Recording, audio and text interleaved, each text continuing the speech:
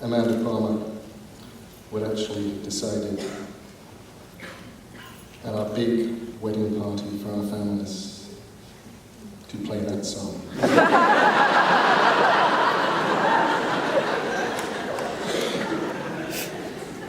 And because it's Halloween, I thought all of the things I'm going to read tonight will be a little bit Halloween-y.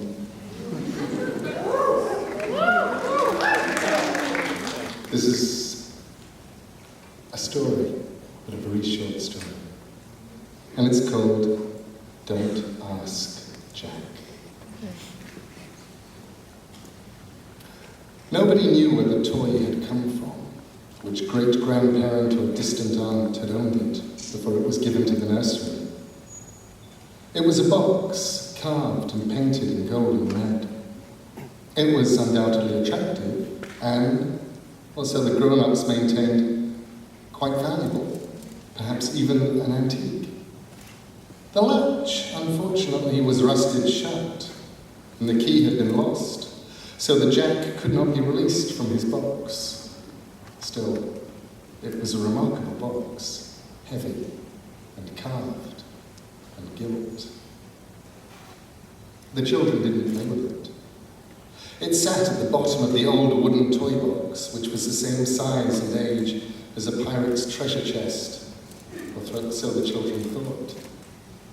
The Jack in the box was buried beneath dolls and trains, clowns and paper stars, and old conjuring tricks, and crippled marionettes with their strings irrevocably tangled, with dressing-up clothes, here the tatters of a long-ago wedding dress, there a black silk hat, crusted with age and time, and costume jewellery, broken hoops, and tops, and hobby horses.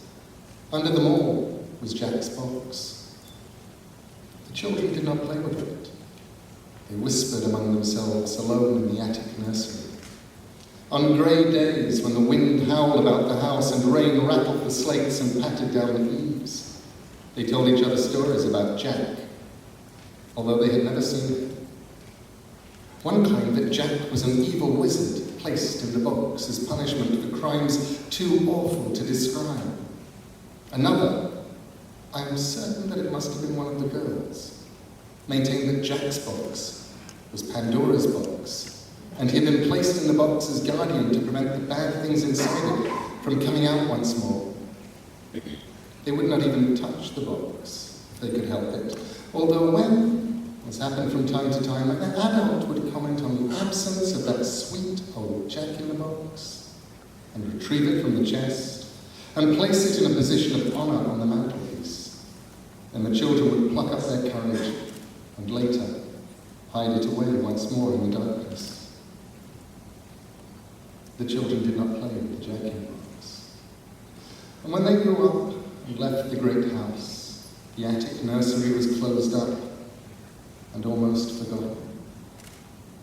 Almost, but not entirely. For each of the children, separately, remembered walking alone in the moon's blue light on his or her own bare feet, up to the nursery. It was almost like sleepwalking, feet soundless on the wood of the stairs, on the threadbare nursery carpet. Remembered opening the treasure chest, pouring through the dolls and the clothes, and pulling out the box. And then the child would touch the catch, and the lid would open, slow with sunset, and the music would begin to play, and Jack came out. Not with a pop and a bounce. He was no spring-heeled Jack, but deliberately, intently. He would arise from the box and motion to the child to come closer, closer, and smile. And there in the moonlight, he told them each things they could never quite remember, things they were never able entirely to forget.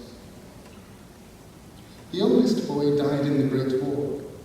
The youngest, after their parents died, inherited the house, although it was taken from him when he was found in the cellar one night with cloths and paraffin and matches, trying to burn the great house to the ground. They took him to the madhouse, and perhaps he is there still. The other children, who had once been girls and now were women, declined, each and every one, to return to the house in which they had grown up. And the windows of the house were boarded up, and the doors were all locked with huge iron keys, and the sisters visited it as often as they visited their oldest brother's grave, or the sad thing that had once been their younger brother, which is to say, never. Years have passed, and the girls are older women, and owls and bats have made their homes in the old attic nursery. Rats build their nests among the forgotten toys. The creatures gaze uncuriously at the faded prints on the wall and stain the remnants of the carpet with their droppings. And deep within the box, Jack waits and smiles, holding his secrets. He is waiting for the children. He can wait forever.